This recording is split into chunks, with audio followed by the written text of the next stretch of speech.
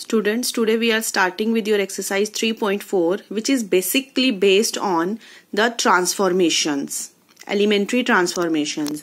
Now, so far as the transformations are concerned, elementary transformation are of two types, ERT and ECT. ERT means elementary row transformation. This is elementary column transformation. In row transformation, we have to use only rows. And in column transformation, we have to use only columns. Use in the sense means we can add two rows, we can subtract two rows, we can multiply any row by a scalar, we can divide a single row by any number. But we can't divide two rows and we can't multiply two rows. Similar is the case for ECT. When we have elementary column transformation, similarly we can add two columns, we can subtract two columns, we can multiply a number with a column, we can divide a particular number by a column, but we cannot divide or we cannot multiply two columns. The transformation method is basically used for finding the inverse of a matrix, for finding the inverse of a matrix. Now we have two methods of finding the inverse of a matrix. One is inverse method, which we discuss in your determinant chapter, and another is elementary transformation. Elementary transformation may be elementary row transformation or elementary column transformation. Students, अगर आपको question में बोला गया है कि आप elementary column transformation use करोगे, then you have to go only with column transformation. If you are asked in the exam or in the paper that you have to go, you have to solve the, you have to find out the inverse of particular matrix by using elementary column transformation, then you have to use only column transformation. If row transformation is asked, you have to solve that question only with row transformation. But if nothing is given, you are given the question that, if you are given with the question that find the inverse by using elementary transformation, then you can go by any method. Depending upon your choice, you can go either by elementary row transformation or elementary column transformation, any of the method in which you feel comfortable. There is one difference, that if you are using elementary row transformation, then now I will discuss some steps regarding elementary transformation. So far as your ERT is concerned, students, अगर हमें कोई matrix दी होगी A, कोई भी दी होगी 2x2, 3x3, मान लो ये हमें कोई मैट्रिक्स दी है 2x2 और हमें इसका इनवर्स निकालना है. हमें बोला गया है कि इसका इनवर्स निकालिए यूजिंग एलिमेंट्री रो ट्रांसफॉर्मेशन. तो हम क्या करेंगे स्टूडेंट्स, हम इसको लिखेंगे A is equal to I A. I is nothing but your identity matrix. और अगर आई क्या होता है, 1 होता है. 1 को अगर यहाँ पर 2x2 मैट्रिक्स है तो इसको आइडेंटिटी मैट्रिक्स की फॉर्म में हमने लिखना है. तो हम कैसे लिखेंगे, 1 0 0 1. ओके स्टूडेंट्स, तो बेसिकली हमने क्या करना है, यहाँ पर ए मैट्रिक्स जो होगी हमने इनवर्स निकालना है. तो हमने इसको क्या बनाना है, यहाँ पर इस मैट्रिक्स पे हमने लगाने हैं ऑपरेशंस. और कौन से ऑपरेशंस लगाने हैं, अगर उसने बोला है एलिमेंट्री रो ट्रांसफॉर्मेशन यूज करो, तो सिर्फ रोज पर हमने स्टूडेंट्स ऑपरेशंस लगाने हैं.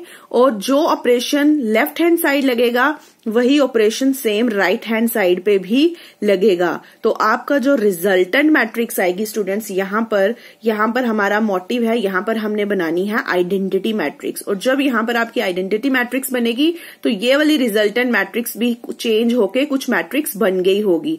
और ये जो मैट्रिक्स बनी होगी that will be your A inverse. Now, I will clear these steps by taking an example, or you can say by taking a question from your NCERT book of exercise 3.4. Students, ये हमारा question है, find the inverse A is equal to 1 minus 1 2 3. This is a 2x2 matrix. ठीक है, तो हमने क्या लगाना है इसमें, उसने बोला है कि एलिमेंट्री रो ट्रांसफॉर्मेशन यूज करके हमने इस मैट्रिक्स का इनवर्स निकालना है. ठीक है स्टूडेंट्स, तो इसको जब मैंने बताया था आपको कि रो ट्रांसफॉर्मेशन होती है, तब हम क्या यूज करते हैं, A is equal to I ए. ठीक है, तो A is equal to I ए हम यूज करेंगे, A मैट्रिक्स रखेंगे यहाँ पर, I 2 क्रॉस 2 आ जाएगा 1 0 0 1 और A एज इट इज ये A रहेगा, इसको हमने नहीं छेड़ना। तो स्टूडेंट्स मैंने आपको रूल बताया था अभी, उसमें क्या बताया था कि ये जो A मैट्रिक्स है इसको हमने बनाना होता है आइडेंटिटी मैट्रिक्स, और ट्रांसफॉर्मेशन कौन सी यूज करनी है, रोज, सिर्फ रोज को ही प्लस माइनस करके हमने ये इसको आइडेंटिटी मैट्रिक्स बनाना है। लेकिन इस बात का ध्यान रखिएगा कि जो ऑपरेशन हम इस साइड लगाएंगे LHS पे, वही सेम ऑपरेशन RHS पर भी लगेगा, और ये ऑपरेशन हमने तब तक लगाते रहने हैं जब तक कि हमारी क्या होगी, ये जो है मैट्रिक्स A ये आइडेंटिटी मैट्रिक्स में चेंज नहीं हो जाती। तो हमारा मोटिव क्या होता है कि 1 0 0 1 जो डायगोनल एलिमेंट्स हैं वो 1 1 बने और बाकी के सारे एलिमेंट्स हमने 0 बनाने होते हैं। तो स्टूडेंट्स अगर हम देखें यहाँ ऑलरेडी 1 है तो हमें इसको छेड़ने की जरूरत नहीं है। तो अगर मैं यहाँ पर क्या करती हूँ, अगर मैं कोशिश करूं यहाँ 0 बनाने की, तो 0 कैसे बनेगा, अगर मैं ले लूं R2, इसका क्या मतलब होता है, इसका मतलब होता है ऑपरेशन जो है कौन सी रो पे लगेगा। अगर मैंने यहाँ R2 लिखा है ना, तो इसका मतलब जो ऑपरेशन है वो R2 पर ही लगेगा। और ऑपरेशन क्या लगा रही हूं मैं, अगर मैं देखिए ये 2 है ना, इसमें -2 कर दूं तो ये 0 आ जाएगा मेरे पास, एक मेरा हो जाएगा ये क्लियर। तो अगर 2 है तो 2 -2, अगर मैं 2 है इसमें से -2 R1 कर दूं तो बन जाएगा यहाँ पर 0, ठीक है। तो देखिए मेरा R2 पे मैं ऑपरेशन लगा रही हूँ R2 मेरे पास क्या है 2 3, R2 मेरे पास क्या है स्टूडेंट्स, यहाँ देखिए 2 3, उसमें मुझे माइनस करना है, उसमें मुझे माइनस करना है, क्या माइनस करना है उसमें मुझे 2 times R1, 2 multiply by R1 क्या है 1 और -1, 2 मल्टीप्लाई R1 क्या है 1 और -1, यहाँ पर करूंगी 2 - 2 आ गया 0, 3 ये माइनस माइनस प्लस और क्या आ गया 5, मतलब अब जो सेकंड रो है मेरी वो क्या बन गई 0 5, ठीक है स्टूडेंट्स। तो अब यहाँ पर 2 3 था, यहाँ पर क्या बन गया मेरा 0 5। अब यही सेम ऑपरेशन मैंने उठाना है और कहाँ लगाना है, इस आइडेंटिटी मैट्रिक्स पे लगाना है। इस आइडेंटिटी मैट्रिक्स पर जब मैं लगाऊंगी R2 मेरा क्या है स्टूडेंट्स 0 1, ये भी मैं आपको दिखाती हूँ, यहाँ पर मैंने सॉल्व किया है। R2 है मेरा 0 1, इसमें मैंने माइनस करना है 2 टाइम्स R2 क्या था 1 0, तो यहाँ पर क्या आएगा 0 -2 -2 1 -0 1। तो अब सेकंड रो जो RHS में बनेगी मेरी वो क्या बनेगी -2 1। अब देखिए स्टूडेंट्स मुझे यहाँ बनाना है 1, और कोई भी हमारी रो हो अगर उसमें सिर्फ एक ही एलिमेंट हो, बाकी एलिमेंट 0 हो, तो हम उस रो को उस नंबर से डिवाइड कर सकते हैं। तो यहाँ पर अगर मैं 5 से डिवाइड कर दूं तो कोई प्रॉब्लम नहीं होगी, क्यों, क्योंकि 0 डिवाइडेड बाय 5 तो 0 ही रहेगा, 5 डिवाइडेड बाय 5 यहाँ पर आ जाएगा 1। तो स्टूडेंट्स यहाँ 1 -1 था और यहाँ आ गया 0 1। अब अगर आप देखें तो मेरे पास क्या है, यहाँ पर ये ऑपरेशन सेम यहाँ पर भी लगेगा, यहाँ पर first row as it is रहेगी, ऑपरेशन किस रो पे लगा है, सेकंड रो पे लगा है स्टूडेंट्स। तो सेकंड रो पे क्या किया मैंने, डिवाइड कर दिया 5 के साथ, तो यहाँ आ जाएगा -2 बाय 5 और यहाँ आ जाएगा 1 बाय 5, ठीक है। अब हम यहाँ पर देखें तो आइडेंटिटी मैट्रिक्स के हम बहुत क्लोज पहुंच चुके हैं। यहाँ 1 1 है, यहाँ 0, मुझे सिर्फ यहाँ पर क्या करना है 0 लाना है, ठीक है। यहाँ पर मुझे सिर्फ 0 लाना है, तो उसके लिए हम क्या करेंगे, अगर मैं इन दोनों को ऐड कर दूं R1 प्लस R2, यहाँ तो 0 है, इसको कोई फर्क नहीं पड़ेगा, यहाँ पर भी क्या आ जाएगा 0। तो ये ऑपरेशन में R1 पे लगा रही हूँ, इसीलिए मैंने यहाँ लिख दिया R1। तो R1 पे क्या ऑपरेशन लगा स्टूडेंट्स, R1 प्लस R2, मतलब R1 पे लगेगा 1 प्लस 0 1 रहेगा, -1 प्लस 1 0 हो जाएगा, तो आ गया 1 0 0 1। ये R1 plus R2 same operation R1 पे यहाँ लगेगा, तो ये आ जाएगा 3 बाय 5 1 बाय 5, ठीक है। तो ये बन गया मेरा आइडेंटिटी मैट्रिक्स, और ये आ गई रिजल्टेंट मैट्रिक्स, ये आ गई A। ये जो मेरा होता है ये होता है A इनवर्स। स्टूडेंट्स देखिए अगर हमारे पास ये आ गया ना I is equal to some matrix into A, तो मैं इसको लिख सकती हूँ I upon A is equal to some matrix, okay. तो ये A inverse is equal to some matrix, ऐसे ही आएगा ना ये, क्योंकि अगर मेरे पास एक कंसेप्ट होता है student simple, I upon 2 is equal to something, कुछ भी कर ले लो, x ले लो, तो I का क्या मतलब होता है 1 upon 2 is equal to x ले लो, तो इसको मैं ये भी लिख सकती हूँ ना 2 inverse is equal to x। तो सिमिलरली यहाँ I क्या है 1 है, तो A क्या है, कोई मैट्रिक्स है मेरी, तो इसको अगर A ऊपर जाएगा तो A इनवर्स बन जाएगा। वही कंसेप्ट यहाँ पर लगा, यहाँ I is equal to some matrix into A था, ये ए इसके नीचे आएगा तो आई अपॉन ए इनवर्स बन जाएगा। तो ये जो मैट्रिक्स है हमारी ये होती है ए इनवर्स। तो स्टूडेंट्स आपकी एनसीईआरटी में question number 1 to question number 7 यही 2x2 मैट्रिक्स दी हुई है और बोला हुआ है एलिमेंट्री रो ट्रांसफॉर्मेशन से सॉल्व कीजिए। तो ये हम सभी इसी मेथड से सॉल्व करेंगे, ऐसे ही करेंगे। ये इसका पर्टिकुलर कोई फॉर्मूला नहीं है स्टूडेंट्स, इसके लिए आपको सिर्फ गेसिंग वर्क चाहिए, कंसंट्रेशन चाहिए, माइनर मिस्टेक्स कहीं भी हो सकती हैं, इसीलिए इसको बहुत ही कंसंट्रेशन के साथ और गेसिंग वर्क जितनी प्रैक्टिस इस पे आप ज्यादा करोगे उतना ही अच्छा है। तो क्वेश्चन नंबर 1 टू 7 आप सॉल्व कीजिए, इसमें कोई भी प्रॉब्लम है तो आप मुझे क्वेरी क्लियर कर सकते हैं। सिमिलरली आप क्वेश्चन 1 से 7 तक कॉलम ट्रांसफॉर्मेशन यूज करके भी सॉल्व कर सकते हैं, उससे भी आपको प्रैक्टिस मिलेगी। This is the question we solve for 2x2 matrix. Similarly we can solve the question for 3x3 matrix also. एक क्वेश्चन में 3x3 मैट्रिक्स से भी कराऊंगी रो ट्रांसफॉर्मेशन का, ताकि उससे भी थोड़ा सा आपको आइडिया मिल जाएगा। तो अब हम करेंगे एलिमेंट्री रो ट्रांसफॉर्मेशन से इनवर्स कैसे निकलेगा हमारा by 3x3 matrix. Now students, this is the another question which is based on 3x3 matrix. We have to find the inverse of this matrix A by elementary row transformation, and this is the matrix, and the order of this matrix is 3x3. Again, if we have to use row transformation, then A is equal to IA. Okay students, A is equal to IA. In place of A we write this matrix A, in place of I we write 3x3 identity matrix, and this is A. Okay, अब students एक बात का ध्यान रखिए, ये हमारा diagonal है, ये डायगोनल हमने बनाना है 1 1 1, बाकी के सारे एलिमेंट्स हमने बनाने होते हैं 0। तो एक एक करके हम ले लेंगे। अब पहले मुझे यहाँ बनाना है 1, तो सिंपल, अगर मुझे इसको 1 बनाना है तो क्यों ना मैं ये पूरा जो R1 है इसको डिवाइडेड बाय 2 कर दूं, ठीक है ना। अगर इस पूरे को डिवाइडेड बाय 2 कर दूंगी, यहाँ मुझे 1 मिल जाएगा। स्टेप बाय स्टेप चलना है ना हमने। तो स्टूडेंट्स देखिए, यहाँ R1 पे मैंने ऑपरेशन लगाया, R1 डिवाइडेड बाय 2, यहाँ मिल गया मुझे 1, यहाँ डिवाइड किया -3/2 आ गया, यहाँ 3/2 आ गया, बाकी सारा एज इट इज रहा।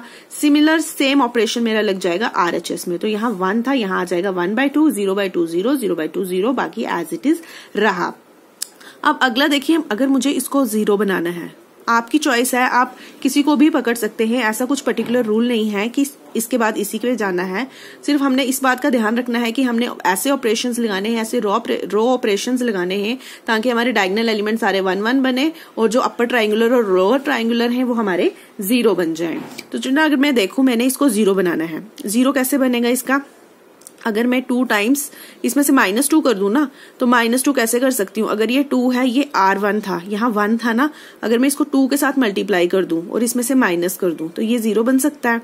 तो R2 ये सेकंड रो है, R2 पे मेरा ऑपरेशन लग रहा है, R2 में मैंने क्या माइनस कर दिया, 2 टाइम्स R1, तो बन गया यहाँ 0, ठीक है। इसी तरह यहाँ पर भी आ जाएगा, यहाँ पर भी आ जाएंगी चेंजेस, R2 सारे में चेंजेस होंगी। सिमिलर चेंजेस, सेम ऑपरेशन यहाँ पर भी R2 में लगेगा, तो यहाँ आ जाएगा -1 1 और 0, ठीक है स्टूडेंट्स। अब अगर मैं देखूं, अब देखो, अब क्या है, यहाँ पर आ गया 0, यहाँ पर आ गया 5 और यहाँ पर 0, 2 0 मिल गए मुझे इस रो में। अब सिर्फ यहाँ पर 5 है, तो स्टूडेंट्स मुझे यहाँ क्या बनाना है, ये डायगोनल एलिमेंट है, यहाँ 1 बनाना है मुझे। तो अगर मैं इस पूरी रो को डिवाइड कर दूं 5 के साथ, तो यहाँ पर भी 1 आ जाएगा आराम से, सेकंड रो मेरी कंप्लीट हो जाएगी, 0 1 0, ठीक है। तो R2 पे ऑपरेशन लगाइए, R2 को डिवाइड कर दीजिए 5 के साथ, तो यहाँ पर मेरा आ जाएगा 0 1 0। सिमिलर ऑपरेशन लग जाएगा यहाँ पर, यहाँ आ जाएगा -1/5 1/5 और 0। नाउ स्टूडेंट्स हमारा यहाँ पर आ गया था, अब ये हो गया था। अब मेरी कोशिश है कि मैं इसको 0 बनाऊं। देखिए, इसको 0 बनाने के लिए अगर मैं -3 टाइम्स ये वाली R1 कर दूं तो ये भी 0 बन जाएगा मेरा, ठीक है ना। तो यही किया मैंने, R3 पे ऑपरेशन लगाया है और R3 में से -3 टाइम्स R1 कर दिया, तो ये बन गया 0। यहाँ पर भी ऑपरेशन लगेगा, यहाँ पर भी ऑपरेशन लगेगा, सेम ऑपरेशन जो है वो इस साइड भी लगेगा, तो ये आ गया मेरा ये, ठीक है स्टूडेंट्स। अब मुझे इसको 0 बनाना है। अगर इसको 0 बनाना है तो क्या मैं R3 पे ये ऑपरेशन लगा सकती हूँ, R3 माइनस 5/2 R2, 5/2 R2 के साथ मल्टीप्लाई करूंगी तो R2 यहाँ पर 1 है, तो यहाँ पर क्या हो जाएगा, ये 5/2 माइनस 5/2, तो ये यहाँ क्या बन जाएगा मेरा 0, और सेम ऑपरेशन लग जाएगा यहाँ पर, और यहाँ पर तो 0 है, ये एज इट इज ही रहेगा। अब देखिए स्टूडेंट्स, अब मेरे पास फाइनली ये निकल के आ गया है। यहाँ पर 1 0 0 1 चुका है, यहाँ पर 1 है, मुझे यहाँ पर 1 बनाना है किसी तरीके से, और यहाँ पर 2 0 बनाने हैं। और यहाँ पर 1 बनाने के लिए अगर मैं इसको मल्टीप्लाई कर दूं किसके साथ, -2/5 के साथ, ठीक है ना। यहाँ पर 0 है, यहाँ पर 0 है, तो अगर ये सिंगल होता तो मैं इसको डिवाइड कर देती। अगर इसको मैं मल्टीप्लाई कर दूंगी -2/5 के साथ, तो minus minus cancel, 5 5 cancel, 2 2 cancel, तो यहाँ पर आ जाएगा स्टूडेंट्स मेरा 1।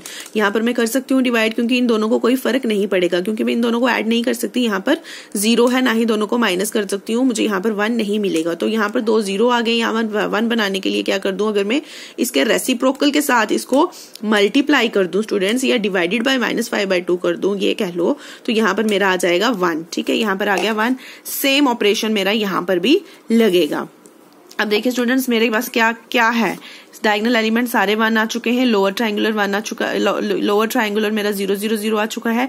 मुझे ये वाले जो 2 हैं ये मैंने बनाने हैं 0 बनाने हैं। ठीक है, तो अब मुझे जो ऑपरेशन दोनों लगेंगे मेरे लगेंगे R1 पे। अगर मैं R1 पे ऑपरेशन लगाती हूँ, R1 पे ऑपरेशन लगाऊं, R1 -3/2 R3, -3/2 R3, sorry R1 + 3/2 R2, R3 तो मेरा 0 है, तो ये R2 के साथ जाएगा।